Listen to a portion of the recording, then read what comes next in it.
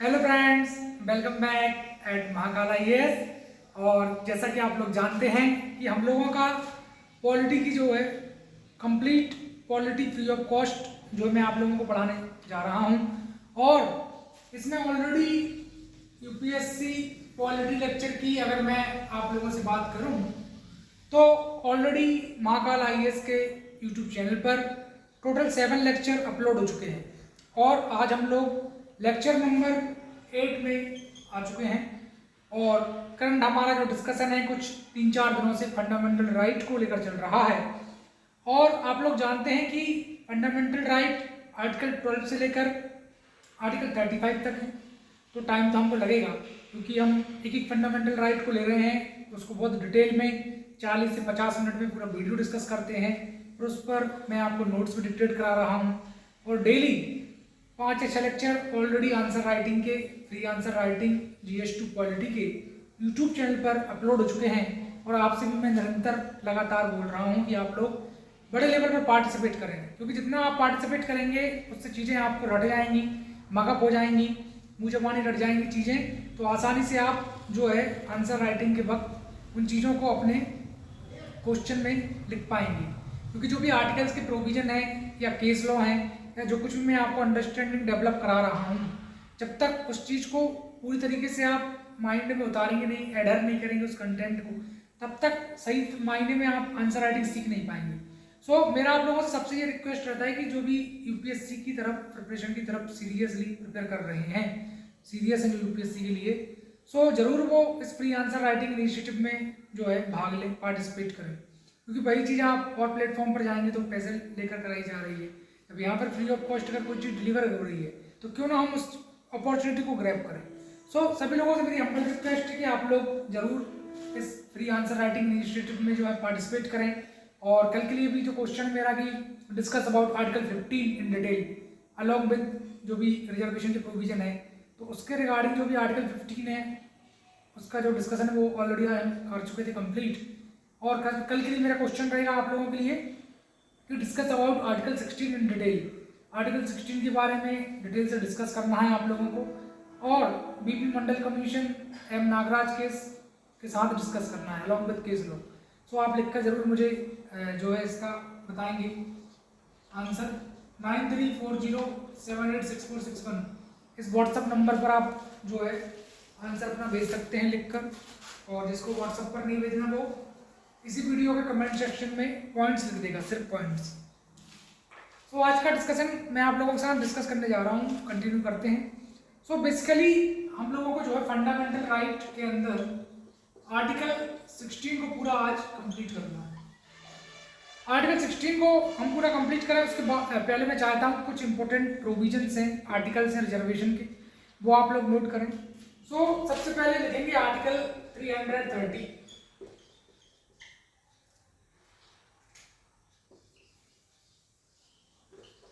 Article 330 लिखेंगे सभी लोग, नोटबुक लेके बैठे हैं आप लोग। सबसे पहले नोटबुक में सब कुछ नोट करते जाएंगे आप। So article 330 article 330। So article 330 में आप लोग लिखेंगे कि प्रोविजन फॉर रिजर्वेशन, रिजर्वेशन के लिए प्रोविजन था इसमें शेड्यूल कास्ट शेड्यूल ट्राइब के लिए लोकसभा में सीट का। सो आर्टिकल 330 में ये लिखना है provision for reservation of seat for schedule caste schedule tribe in Lok Sabha. फिर लिखना है आप लोग आर्टिकल 332 एंड आर्टिकल 332A।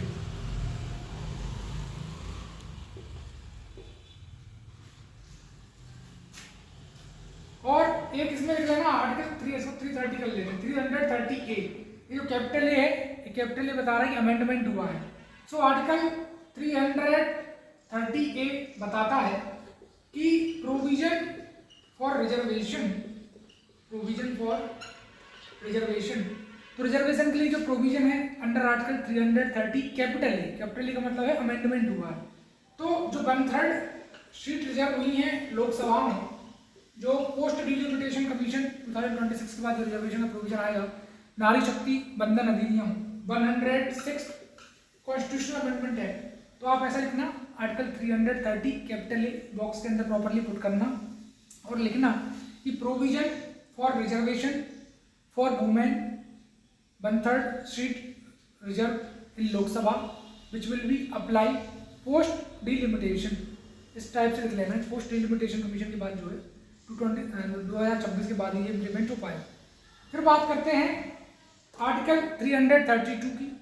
तो आर्टिकल 332 में आप लोग लिखना कि provision for reservation of seat, provision for reservation of seat in legislative assembly, Vidhan Sabha, legislative assembly. अब लेजिस्लेटिव काउंसिल में तो है नहीं है, तो इस बात को ध्यान रखना कि लेजिस्लेटिव काउंसिल में किसी भी तरीके से नारी शक्ति बंधन अधिनियम की सीट का रिजर्वेशन को लेकर बात नहीं की गई है।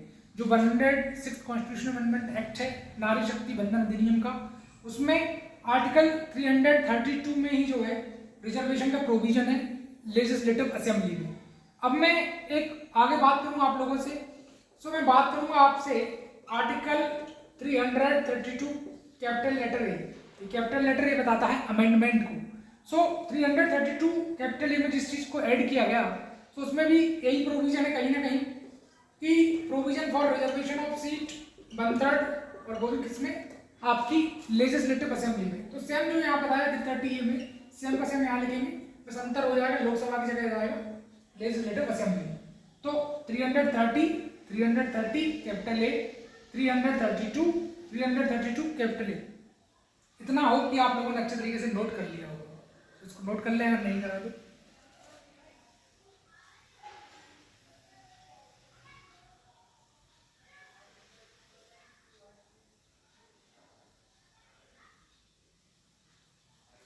जो आर्टिकल 331 है, 331 जो आर्टिकल है, उसमें बेसिकली एंग्लो इंडियन कम्युनिटी के लिए लोकसभा में 2 सीट रिजर्व का प्रोविजन था। 2 seat for Anglo Indian community in Lok Sabha, 2 seat for Anglo Indian community in Lok Sabha, ऐसा आप लिखेंगे। लेकिन साथ में लिख लेना कि 104th कॉन्स्टिट्यूशनल अमेंडमेंट एक्ट जो हुआ, 104वां संविधान में जो संशोधन हुआ, उसके तहत जो 2 सीट रिजर्व थी एंग्लो इंडियन कम्युनिटी की, ये वाला प्रोविजन डिलीट कर दिया गया, हटा दिया गया। तो इसको भी आप यहाँ नोट कर लेना। फिर आप लोग लिखेंगे आर्टिकल 333, आर्टिकल 333, इस प्रोविजन को आप लिखेंगे। और इस प्रोविजन में आप लिखेंगे कि आर्टिकल 333 में प्रोविजन है 1 सीट का, 1 सीट रिजर्व है एंग्लो इंडियन कम्युनिटी के लिए लेजिस्लेटिव असेंबली में, 1 seat reserve for Anglo Indian community in legislative assembly. और उसमें लिखना ब्रैकेट में कि 104th कॉन्स्टिट्यूशनल अमेंडमेंट एक्ट से जो 1 सीट थी उसको भी हटाने का प्रोविजन यहाँ हो गया है। तो ये सारे आपने लिख लिए होंगे होप आर्टिकल। और फिर आप लिखना, एक साइड हो जा रहा हूँ 1 मिनट, 330, 330 ए, 332, 332 ए, 331, 333, इतने सारे आपने लिख लिए होंगे। इसके बाद जो अगला है वो है article 334।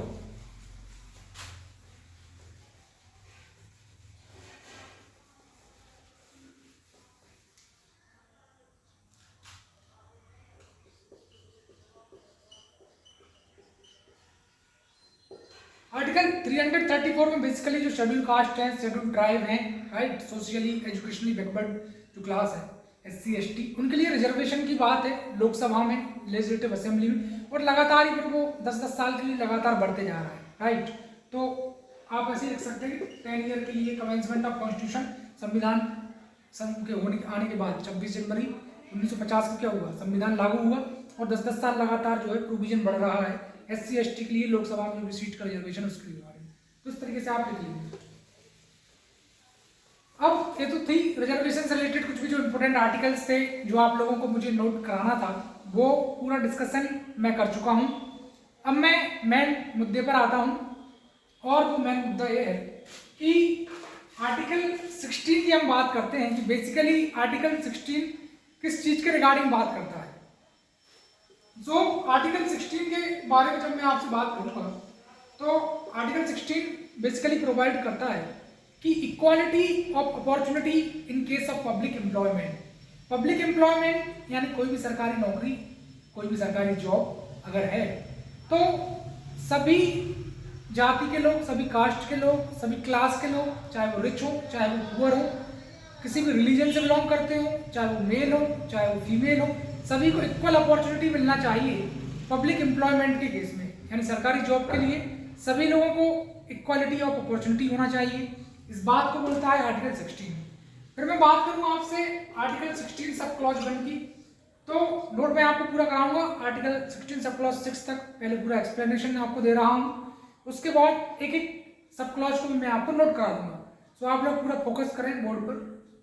So article 16 sub clause 1 भी इस बात को बोलता है कि इक्वालिटी ऑफ अपॉर्चुनिटी होना चाहिए पब्लिक एम्प्लॉयमेंट के केस में, और आर्टिकल 16 सब क्लॉज 2 भी इस बात को बोलता है कि state shall not discriminate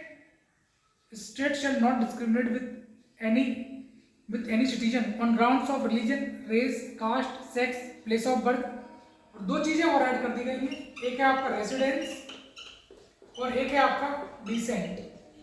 residence या डिसेंट कहना चाहिए, इनके बेसिस पर, प्लेस ऑफ बर्थ के बेसिस पर भी किसी भी तरीके का डिस्क्रिमिनेशन स्टेट नहीं कर सकता, सभी लोगों के लिए इक्वालिटी ऑफ अपॉर्चुनिटी होना चाहिए।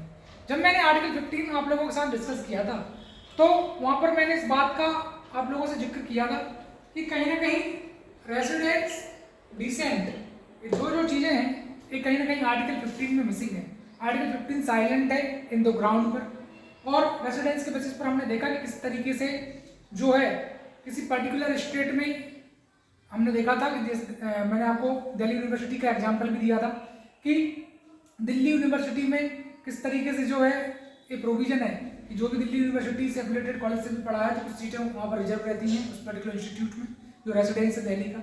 सो बट आर्टिकल 16 में जब पब्लिक एम्प्लॉयमेंट की हम बात करते हैं, सरकारी नौकरी की बात करते हैं, सरकारी जॉब की बात करते हैं, तो रेसिडेंस के बेसिस पर भी आप किसी भी तरीके का डिस्क्रिमिनेशन नहीं कर सकते और डिसेंट के बेसिस पर भी आप डिस्क्रिमिनेशन नहीं कर सकते।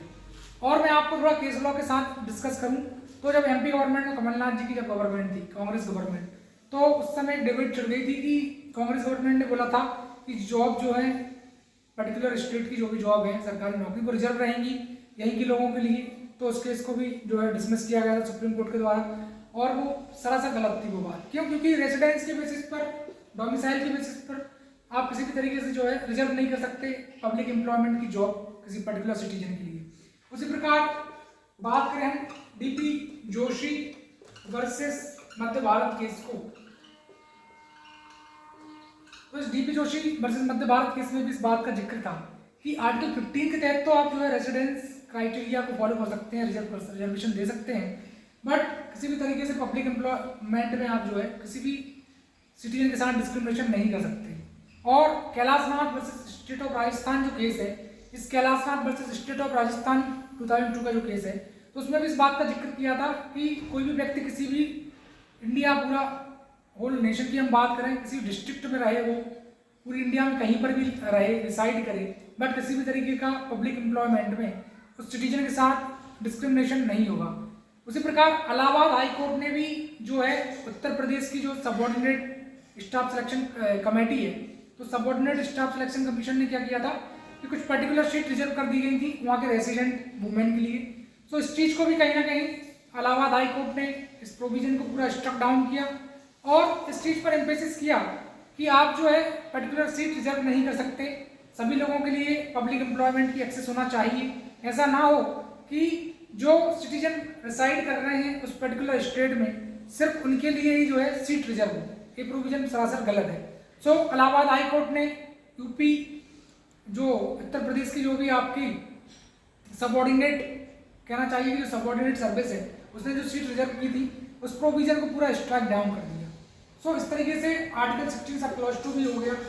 फिर आर्टिकल 16 सब क्लॉज 3 की अगर मैं बात करूँ आपसे, तो आर्टिकल 16 सब क्लॉज 3 में इस बात का प्रोविजन है, इस बात का मेंशन है कि पार्लियामेंट के पास ये पावर है कि पार्लियामेंट जो है कोई भी रेजिडेंस के लिए पर्टिकुलर सीट रिजर्व कर सकता है उस पर्टिकुलर स्टेट में।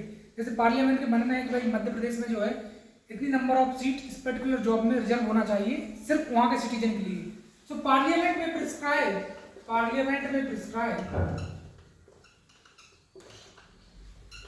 residence as a condition, parliament में prescribe residence as a condition so that seat can be reserved for that state candidate, उस कैंडिडेट के लिए सीट रिजर्व हो सकती है। सो आर्टिकल 16 सब क्लॉज 3 में, और इसमें भी जो भी जोग्राफिकल कंडीशन है, मान लीजिए अरुणाचल प्रदेश है, वहाँ पर डेंसिटी बहुत कम है, पर स्क्वायर किलोमीटर ही जो 21 लोग रह रहे हैं, लद्दाख में पर स्क्वायर किलोमीटर 1-2 लोग रह रहे हैं।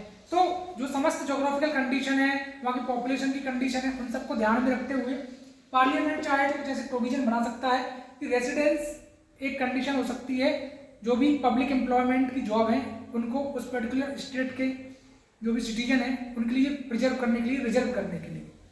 जैसे पब्लिक एम्प्लॉयमेंट एक्ट एक आया था, उसमें कुछ अरुणाचल प्रदेश, कुछ मिजोरम के लिए पर्टिकुलर सीट रिजर्व करने की बात पार्लियामेंट ने रखी हुई है। फिर बात करें article 16 sub clause 4, 16 sub clause 5 और 16 सब क्लॉज 6 की, तो आर्टिकल 16 सब क्लॉज 4 में इस बात का प्रोविजन है कि nothing in this article shall prevent the state from making special provision for socially and educationally backward class के लिए स्टेट को कोई रोक नहीं सकता प्रोविजन बनाने के लिए।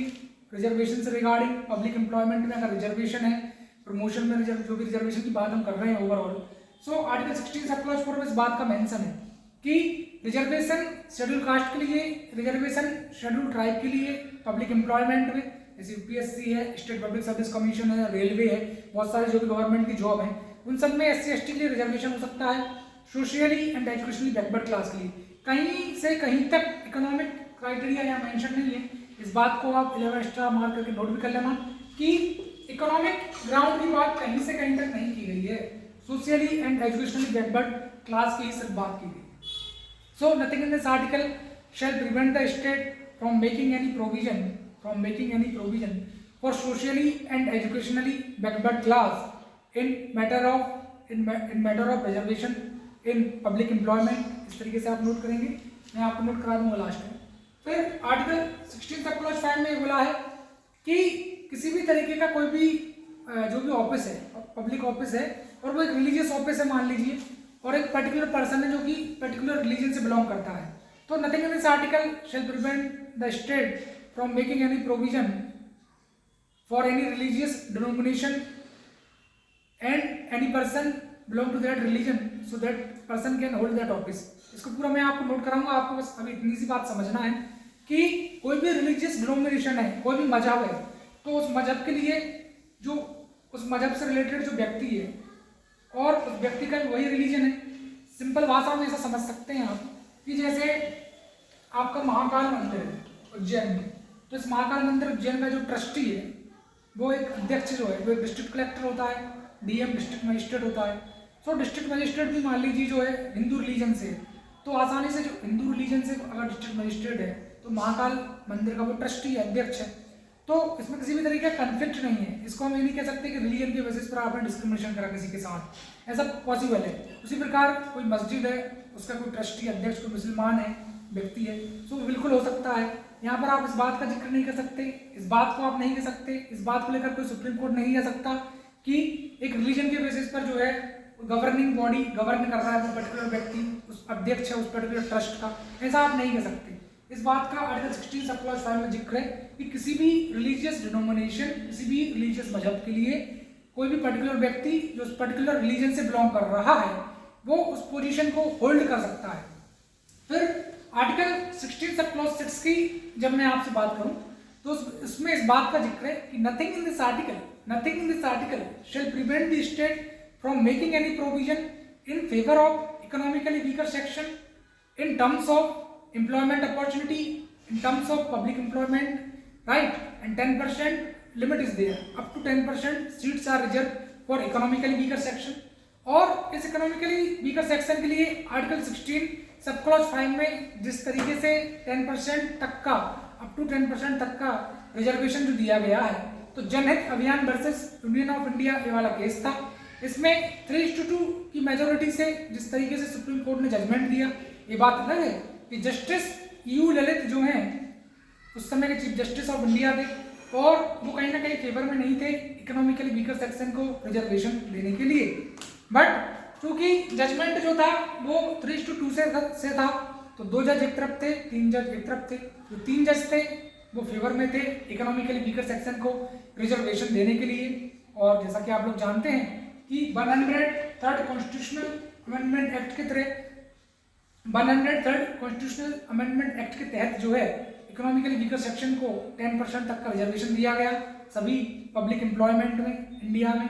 सो जनहित अभियान versus union of India case में इसको सुप्रीम कोर्ट ने 3:2 की मेजोरिटी से पास किया और कहीं ना कहीं इकोनॉमिकली वीकर सेक्शन के लिए जो रिजर्वेशन की बात हम कर रहे हैं आर्टिकल 16 सब क्लॉज 6 ऐड किया गया और आर्टिकल 15 सब क्लॉज 6 में भी उनको जो है दोनों प्रोविजन ऐड किए गए।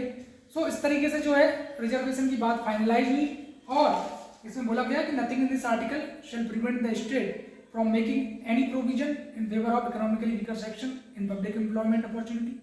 सो इस तरीके से सारे आपके जो है आर्टिकल हैं। अब बस एक एक आर्टिकल को नोट कराना रह गया है, सो आप नोट करें। सबसे पहले नोट करें article 16 sub clause 1। Article 16 sub clause 1 heading डाल लेंगे, बॉक्स के अंदर पुट करना प्रॉपरली और उसमें लिखना कि equality of opportunity in case of public employment, equality of opportunity in case of public employment.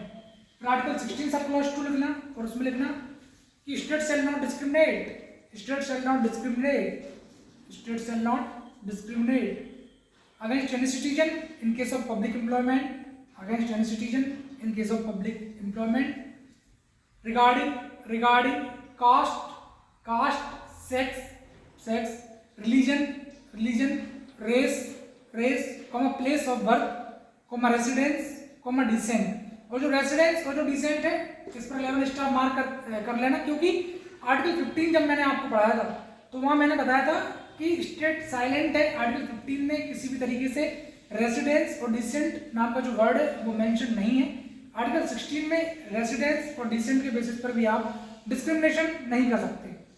फिर आप ऐसा भी लिख सकते हैं चाहे तो कि 3 आर्टिकल मैंने आपको बताया कि DP Joshi versus state of Madhya Bharat, या मध्य भारत जो है DP Joshi versus Madhya Bharat, direct ऐसा भी लिखें।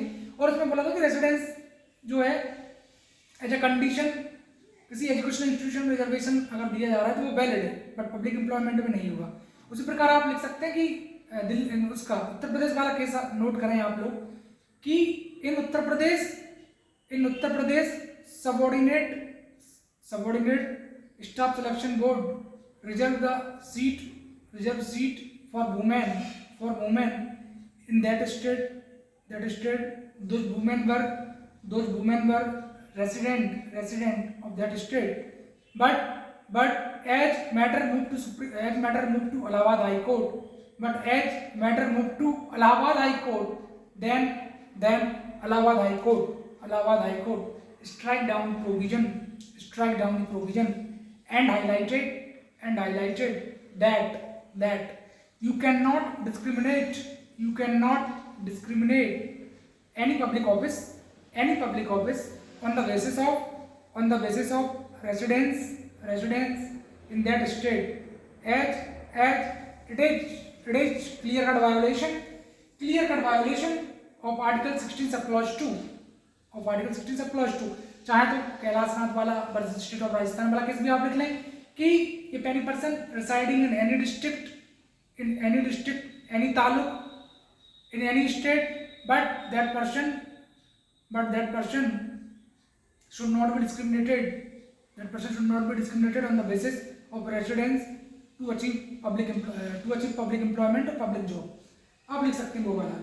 फिर आर्टिकल 16 सब क्लॉज 3 के बारे में मैं आपको बताऊं तो आर्टिकल 16 सब क्लॉज 3 को भी मैंने बता दिया आपको। उसमें लिखेंगे कि पार्लियामेंट में prescribe residence as a condition to reserve particular seat, ऐसा लिखें to reserve particular seat of public employment in favour of that state. यानी पार्लियामेंट चाहे तो वो किसी पर्टिकुलर व्यक्ति के लिए जो स्टेट में रह रहा है उसके लिए जॉब पब्लिक एम्प्लॉयमेंट के लिए सीट रिजर्व कर सकती है। इसमें और थोड़ा हाई लेवल पे जाए, नाम समझ बट ठीक बता दे रहा हूँ कि पब्लिक एम्प्लॉयमेंट एक्ट है जिसको पार्लियामेंट ने लाया है। तो उसमें जैसे कि अरुणाचल प्रदेश है, राइट, मिजोरम है, इनके लिए जो है पार्लियामेंट ने ऐसा कानून बनाया कि वो लोग चाहें तो रिजर्व कर सकते हैं। और रिजर्व भी क्यों कर सकते हैं वो भी मैंने आपको बता दिया कि भाई लद्दाख में 1 स्क्वायर किलोमीटर में देखे तो 1 लोग रह रहे हैं, राइट। बिहार में यहाँ 300-400 लोग रहते हैं पर स्क्वायर किलोमीटर, वहीं लद्दाख में बात करें तो 1 लोग रह रहा है पर स्क्वायर किलोमीटर, अरुणाचल प्रदेश में 21 लोग रह रहे हैं पर स्क्वायर किलोमीटर। तो जब डेंसिटी इतनी कम है, जोग्राफिकल एरिया भी एक कंडीशन है, बहुत सारी कंडीशन है, तो इसको मद्देनजर रखते हुए पार्लियामेंट चाहे तो रेजिडेंस को एक ग्राउंड बना सकता है कि जो पर्टिकुलर पब्लिक एम्प्लॉयमेंट की सीट है वो रिजर्व हो उस कैंडिडेट के लिए, बट स्टेट नहीं कर सकता। फिर बात करते हैं article 16 sub clause 4। So heading में बॉक्स में पुट करना प्रॉपर्ली, आर्टिकल 16 सब क्लॉज 4, और इसमें लिखना nothing in this article, nothing in this article shall prevent state from making any provision in favor of socially and educationally backward class for reservation in public employment। और इसमें चाहे तो bracket में लिख लेना कि जो आपका इकोनॉमिक ग्राउंड है दैट इज नॉट कहीं से कहीं तक नहीं है इकोनॉमिक ग्राउंड, सिर्फ और सिर्फ सोशली और एजुकेशनली बैकवर्ड क्लास की हम बात कर रहे हैं, इकोनॉमिक ग्राउंड कभी नहीं रहा रिजर्वेशन प्रोवाइड करने के लिए। और इसमें इस बात का भी क्लियर कट रहे आपको कि जो सोशली और एजुकेशनली बैकवर्ड क्लास है वो basically SC ST, schedule caste और शेड्यूल ट्राइब, राइट। अब बात करें आप आर्टिकल 16 सब क्लॉज 5, बॉक्स में पुट करें प्रॉपर आर्टिकल 16 सब क्लॉज 5। इसमें आप लिखें कि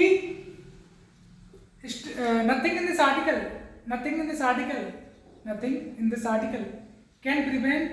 can prevent state from making any provision by law to hold any religious denomination to any person governing that body and that person belong to that particular religion यानी कोई भी person उस particular religion से belong कर रहा है और उसी पर्टिकुलर रिलीजन का जो है कोई डिनोमिनेशन है, कोई मजहब है, तो उसकी अध्यक्षता अगर उसको लेना है तो वो अध्यक्ष बन सकता है उसका, भले वो उस पर्टिकुलर रिलीजन से बिलोंग करता हो। इस चीज़ को लेकर कोई भी डिस्क्रिमिनेशन नहीं होगा।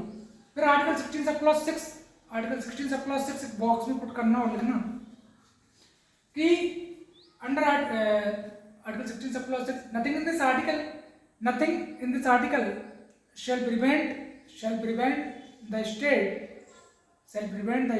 from making any provision in favor of economically weaker section in terms of reservation in public employment। और इसमें ब्रैकेट में लिखना 103rd constitutional amendment act in जनहित अभियान case by 3:2 majority passed the judgment and Supreme Court upheld this reservation। So इस तरीके से पूरा आर्टिकल 16 के बारे में हमने डिस्कस करा। अब आपको आगे मैं नई चीज बताने जा रहा हूँ, नया कंसेप्ट।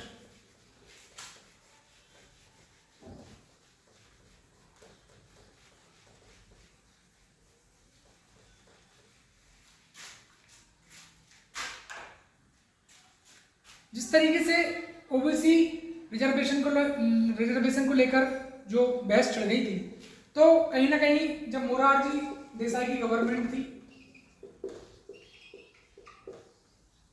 तो इस मोरारजी देसाई गवर्नमेंट ने 1979 में एक बीपी मंडल कमीशन का गठन करा। और इस बीपी मंडल कमीशन का गठन जब करा तो बीपी मंडल कमीशन ने 1980 में अपनी जो है पूरी जो है रिपोर्ट सौंपी। बट जब रिपोर्ट 1980 में बीपी मंडल कमीशन ने सौंपी तो उस समय कांग्रेस गवर्नमेंट आ चुकी थी। और आप लोग जानते हैं कि जब गवर्नमेंट चेंज हो जाती है तो प्रीवियस गवर्नमेंट की जो भी पॉलिसी है, जो कुछ भी उसका एजेंडा है, पूरी तरीके से फ्लॉप हो जाता है, राइट। तो फिर क्या हुआ कि 1990 में जो बीपी मंडल कमीशन के प्रोविजन को ग्राउंड लेवल पर इम्प्लीमेंट किया गया। और मंडल कमीशन ने इस बात को हाईलाइट भी करा कि इंडिया पॉपुलेशन को हम एनालाइज करें, पूरी भारत की जनसंख्या को एनालाइज करें तो 52% पॉपुलेशन जो है, 52% जो पॉपुलेशन है कहीं ना कहीं, ये 52% पॉपुलेशन ओबीसी आरक्षण के लिए वैलिड है। 52% इंडियन पॉपुलेशन जो है उसको ओबीसी का बेनिफिट मिलना चाहिए क्योंकि अदर बैकवर्ड क्लास है वो।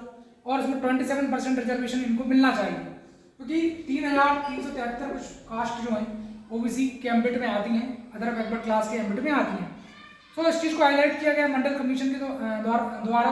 और 1990 में जो है मंडल कमीशन के रिफॉर्म को इम्प्लीमेंट किया गया और अदर बैकवर्ड क्लास ओबीसी के लिए 27% रिजर्वेशन करार दिया गया, 27% रिजर्वेशन ओबीसी के लिए मिल गया मंडल कमीशन के बाद।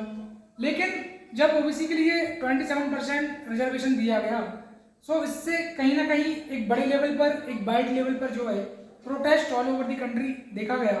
और इस प्रोटेस्ट ने इस हद तक बढ़ गया ये प्रोटेस्ट कि दिल्ली यूनिवर्सिटी के एक लड़के ने, एक छात्र ने जो है अपने आप को आग के हवाले तक कर दिया, और जहाँ देखो वहाँ पूरे देश में तबाही मच गई। और इस चीज़ को ध्यान में रखते हुए उस समय जो प्राइम मिनिस्टर थे नरसिम्हा राव जी कांग्रेस के, सो नरसिम्हा राव जी जो प्राइम मिनिस्टर थे, तो उन्होंने जो है 10% रिजर्वेशन की बात करी इकोनॉमिकली वीकर सेक्शन के लिए, इकोनॉमिक ग्राउंड पर, कि भाई इकोनॉमिक ग्राउंड पर जो भी पुअर है जनरल कैटेगरी में, उनको रिजर्वेशन मिलना चाहिए।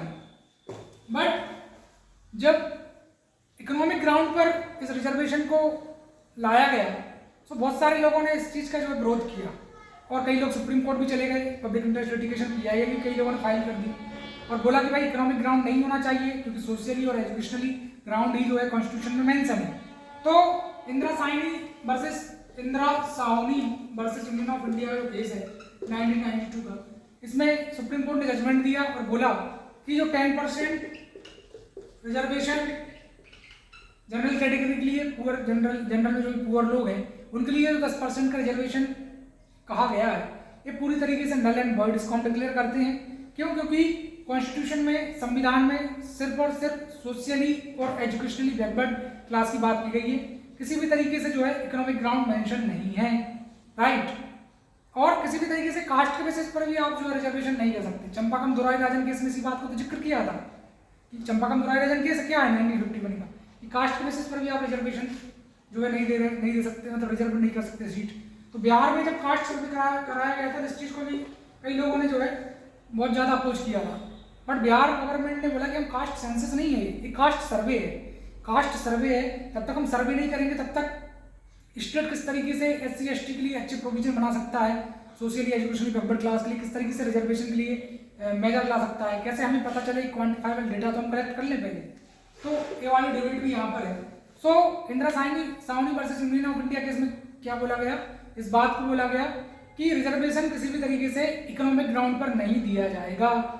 लेकिन 1992 के बाद भी 27 साल बाद, 27 ईयर बाद, 27 साल बाद 1992 के बाद 1992 से वो आएगा आपका सीधा कब आएगा 2019 में। 2019 में जो है 103rd कॉन्स्टिट्यूशन अमेंडमेंट एक्ट जनक अभियान 3 मेजोरिटी से पास किया गया और 15 सब क्लॉज 6, 16 सब क्लॉज 6 को ऐड किया गया, और इस तरीके से कहीं ना कहीं जो है रिजर्वेशन मिल गया फाइनली जनरल कैटेगरी को, राइट। तो अब आप नोट कर लेंगे, कुछ चीज़ें मैं आपको नोट करा रहा हूँ। एक तरफ आप लिखना Indira Sahni versus union of India, और एक तरफ लिखना प्रेजेंट स्टेटस।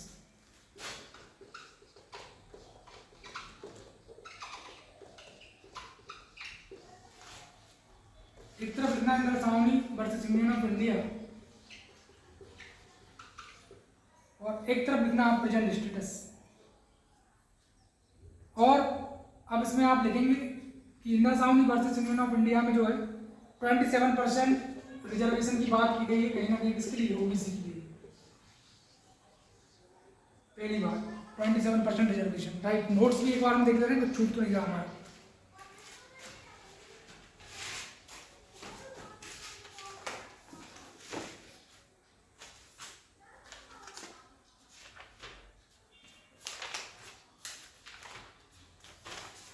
चलो सारी बातें यहाँ तक की मैंने आपको बता दी हैं, और नोट करें तो अभी नोट कर लें इसके पहले आप कि Mandal commission was constituted on 1 January 1979।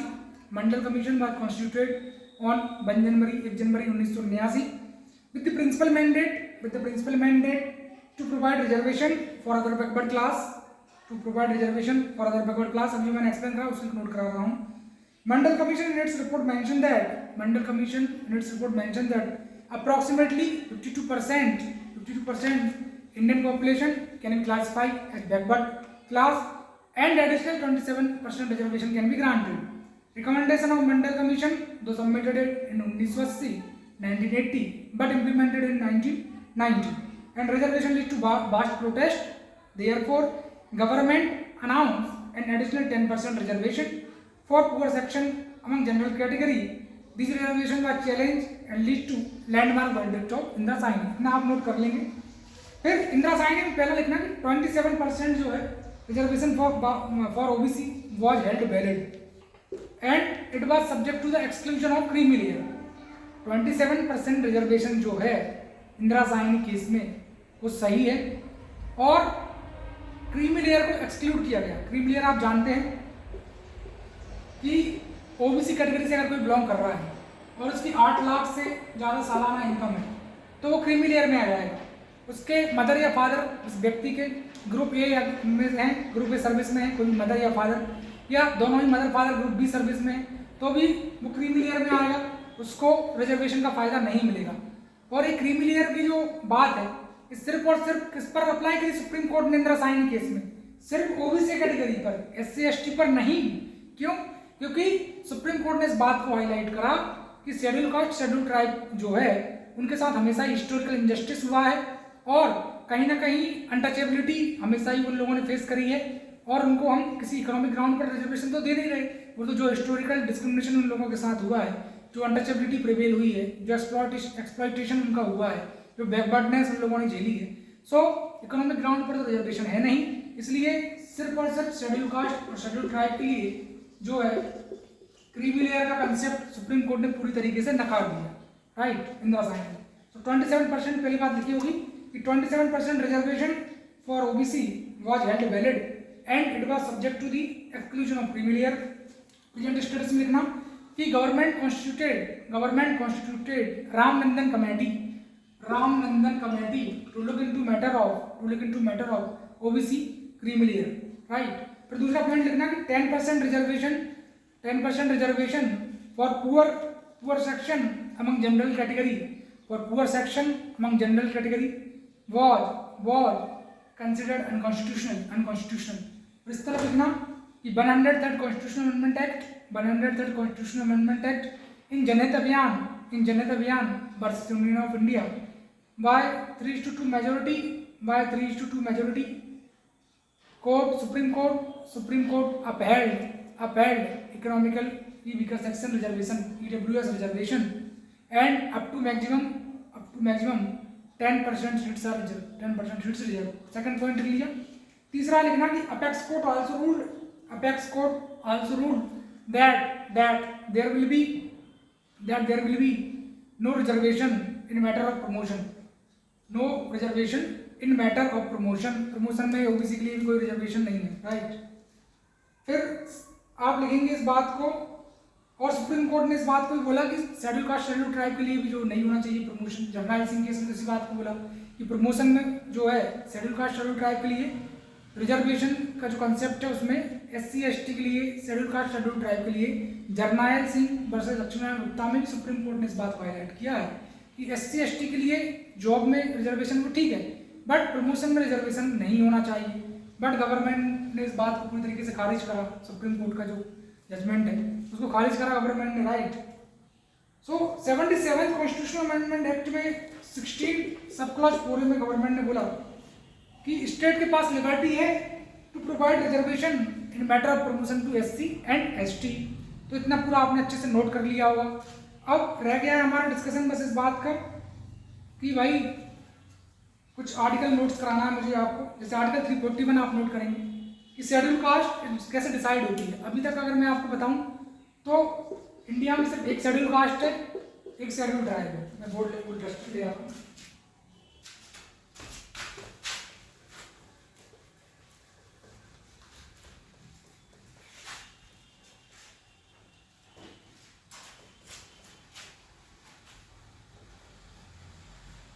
Right, तो मैं आपको बता रहा था कि इंडिया में एक शेड्यूल कास्ट है, एक शेड्यूल ट्राइब है। तो शेड्यूल कास्ट के लिए जब कोई व्यक्ति शेड्यूल कास्ट में है या नहीं, इसके लिए क्या होता है, प्रेसिडेंट गवर्नर के साथ कंसल्ट करते हैं, फिर एक नोटिफिकेशन के थ्रू प्रेसिडेंट बताते हैं कि भाई ये पर्टिकुलर व्यक्ति शेड्यूल कास्ट में आएगा, ये नहीं आएगा, जो भी बात है। उसी प्रकार शेड्यूल ट्राइब के लिए भी प्रेसिडेंट गवर्नर के साथ मिलकर कंसल्ट करके डिस्कशन करके फिर एक नोटिफिकेशन के थ्रू पता चलता है कि पर्टिकुलर व्यक्ति शेड्यूल ट्राइब में आएगा या नहीं आएगा। तो इसमें पूरा कौन संभाल रहा है, प्रेसिडेंट संभाल रहे हैं, right. President council of ministers से डिस्कस करके सब कुछ करते हैं। बट ओबीसी की जब हम बात करते हैं तो ओबीसी को लेकर एक प्रोविजन है कि जो 102nd कॉन्स्टिट्यूशनल अमेंडमेंट एक्ट आया है और 105th में बाद में फिर उसको अमेंड और करा है, तो उसके पहले तो ये चलता था कि एक सेंटर की ओबीसी लिस्ट होती थी और एक स्टेट की ओबीसी लिस्ट होती थी, दोनों अपने अपने अलग अलग कर रहे थे। बट महाराष्ट्र गवर्नमेंट ने 102nd कॉन्स्टिट्यूशनल अमेंडमेंट एक्ट आने के बाद क्या करा, कुछ पर्टिकुलर लोगों को जो है ओबीसी में कोटा में रिजर्वेशन वगैरह दिया गया।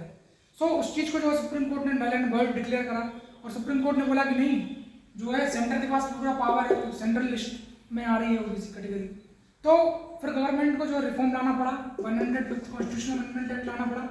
और 105th कॉन्स्टिट्यूशनल अमेंडमेंट एक्ट में गवर्नमेंट ने, सेंट्रल गवर्नमेंट ने इस बात का जिक्र करा कि स्टेट चाहे तो वो रिजर्व कर सकता है पर्टिकुलर सीट जो भी है ओबीसी के लिए रिजर्वेशन दे सकता है, हम उसमें हस्तक्षेप नहीं करेंगे। और सेंटर की अपनी स्टेट लिस्ट होगी ओबीसी के लिए, ओबीसी की अपनी जो स्टेट है उसकी अपनी लिस्ट होगी ओबीसी के लिए। सो शेड्यूल कास्ट और शेड्यूल ट्राइब अच्छे से नोट करेंगे आप कि सिर्फ शेड्यूल कास्ट एक, शेड्यूल ट्राइब एक, इसको पूरा सेंटर जो देख रहा है मान लीजिए ऐसे समझ सकते हैं। और जो ओबीसी कैटेगरी है उसको सेंट्रल भी संभाल रहा है और स्टेट भी संभाल रहा है, यानी सेंट्रल लिस्ट और स्टेट लिस्ट, यानी सेंट्रल ओबीसी और स्टेट ओबीसी, इस तरीके से हम देख सकते हैं इसको ओबीसी कैटेगरी को, सेंट्रल स्टेट दोनों मिलकर प्रोविजन बना रहे हैं ओबीसी के लिए। बट एससी एसटी के लिए सिर्फ और सिर्फ सेंट्रल गवर्नमेंट ही प्रोविजन बनाएगी। सो कुछ आर्टिकल हैं बेसिकली इनको आप नोट कर लेंगे, 341, 342, 342A, वो मैं आपको नोट करा दे रहा हूँ। तो आप लोग लिखेंगे, हेडिंग डालेंगे आर्टिकल 341 और 341 में आप लिखेंगे कि schedule caste is decided through presidential order issued in consultation with governor of state. Parliament subsequently keep amending the scheduled caste list. Time to time there is only one SC and one ST list. Government consult the respective commission and Registrar General of India and cabinet approve the same. Then presidential order amendment is laid before parliament. फिर article 342 में आप लिख सकते हैं same provision जो है schedule tribe के लिए है। आर्टिकल 342A में लिखना कि 103rd और 102nd and 105th constitutional amendment act है। और इसमें लिखना inserted by 102nd constitutional amendment act and further amended bye article constitutional amendment act 105th. The article permits classification of other backward class at center and state respectively. फिर आप लिखना कि मैं आपको एक और बता रहा हूँ केस कि 2024 में क्या हुआ था कि जब पहले की हम डिबेट की बात करें तो E V Chinnaiah versus state of Andhra Pradesh में सुप्रीम कोर्ट ने इस बात को लेकर बोला था कि स्टेट किसी भी तरीके से state can not tinker with reservation की जो बात है शेड्यूल कास्ट के अंदर। सो सुप्रीम कोर्ट ने E V Chinnaiah versus state of Andhra Pradesh में इस बात को हाईलाइट करा था कि स्टेट कहीं से कहीं तक भी छेड़खानी नहीं कर सकते, शेड्यूल कास्ट जो है उसके अंदर सब कैटेगराइजेशन नहीं कर सकते। बट 2024 में Davinder Singh versus state of Punjab जो केस लॉ सामने आया उसमें सुप्रीम कोर्ट ने इस बात को हाईलाइट करा कि जो शेड्यूल कास्ट है वो एक होमोजेनियस कम्युनिटी नहीं है, इसलिए सब कैटेगराइजेशन पॉसिबल है शेड्यूल कास्ट के अंदर। तो वही मैं आपको नोट करा रहा हूँ, आप नोट करें कि in E V Chinnaiah versus state of Andhra Pradesh, Supreme Court highlighted that state cannot tinker with reservation of scheduled caste and no subcategorization within scheduled caste can be done. But in 2024 in Davinder Singh versus state of Punjab, Supreme Court highlighted that Supreme Court